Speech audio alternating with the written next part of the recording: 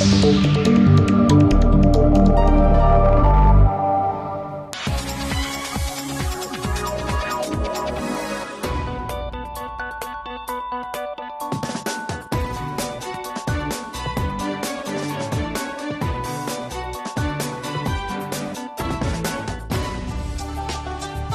Sakirin Mosque in the Üsküdar area of Istanbul. Bright, modern, and unconventional. The building has assured Zeynep Fadillioglu a place in the architectural history books. The opening of the mosque 2 years ago attracted massive media coverage. Fadillioglu is the first female architect to have designed a mosque in the Muslim world.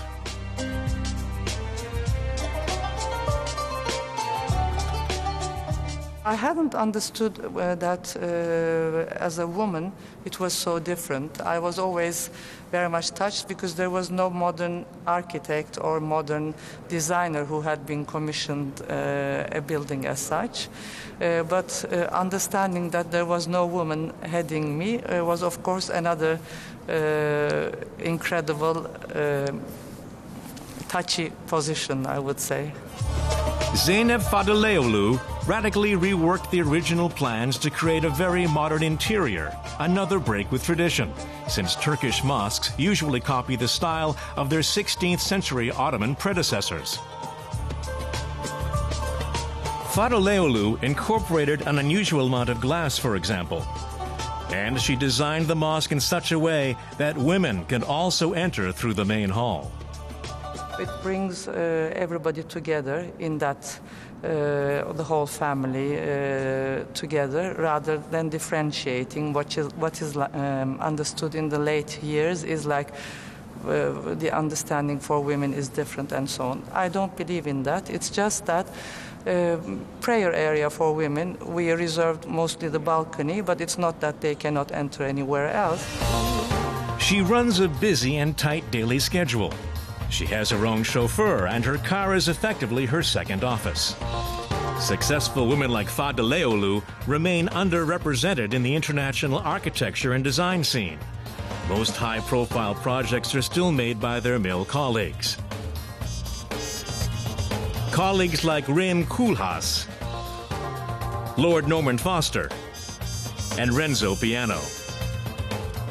Most male constructors or people who are giving the projects, maybe they are mostly men and they are maybe commissioning because they are working easier with males, them. But yes, we don't have enough women architects because women, when they have kids, they tend to stop working. When they get married, some of them decides to be provided for.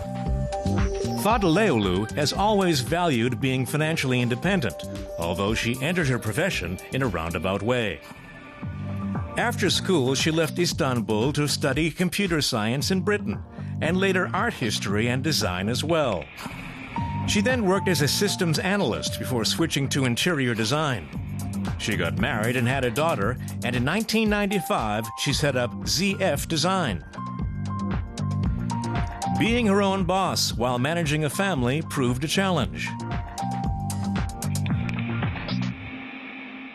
Trying to achieve is hard work, and keeping there is another hard work too. So I don't think you can have anything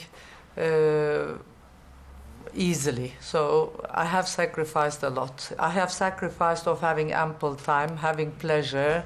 I have always worked practically. Her business is flourishing and now has a workforce of around 24, most of them women. Fadillioglu has made a name for herself designing hotels and homes for high society clients across the world. She's adamant that there is a massive untapped potential among women.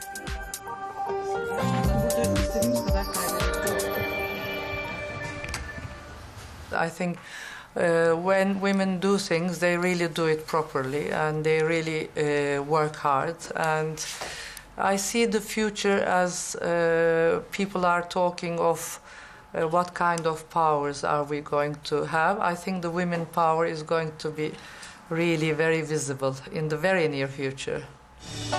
The Sakirin Mosque in her native Istanbul set the ball rolling. Zeynep Fadillioglu and her team have since designed 2 more mosques in the Gulf Emirate of Qatar.